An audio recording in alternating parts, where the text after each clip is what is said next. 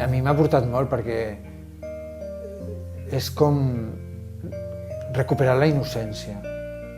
Sobretot és que no perdin el desig d'aprendre, perquè aprendre és una diversió. El nen que és acompanyat amb respecte i amor, d'adults evitarà molts anys de teràpies, no? Quan veig que amb algun gest meu durant el dia he pogut fer que siguin una mica més feliços, això no té preu.